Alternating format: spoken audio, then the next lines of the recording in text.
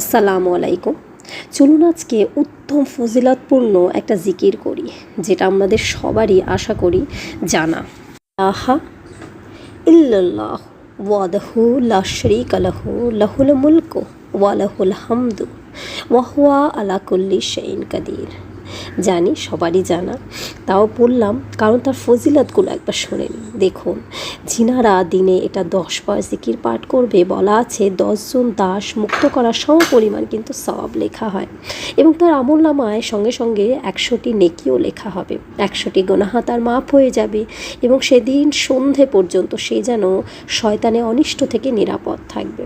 ওই দিন তার চেয়ে উত্তম আর কোনো আমল কেউ করতে পারবে না, তবে সে ব্যক্তি ব্যতীত যে এর চেয়েও বেশি এই জিকির পাঠ করবে।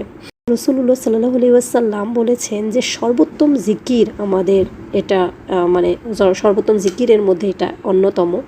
তো আমরা বেশি বেশি করে তৌফিক চাইবো যেন আমরা এটা আমল করতে পারি এর ওপরে। আমিন। চেষ্টা করব আমরা সকলেই যেন এটা যথাযথভাবে যতটা বলা হয়েছে চেষ্টা করব 100 বা তারও ওপরে বলার চেষ্টা করব। এবং আমি একটা জায়গা আরও পেয়েছি যেটা ঘুমানোর যাওয়ার আগে বিছানায় থাকা অবস্থায় এটা পড়ে ঘুমোলে তারও উত্তম ফজিলত আছে। ভালো থাকুন, সুস্থ থাকবেন। আসসালামু আলাইকুম।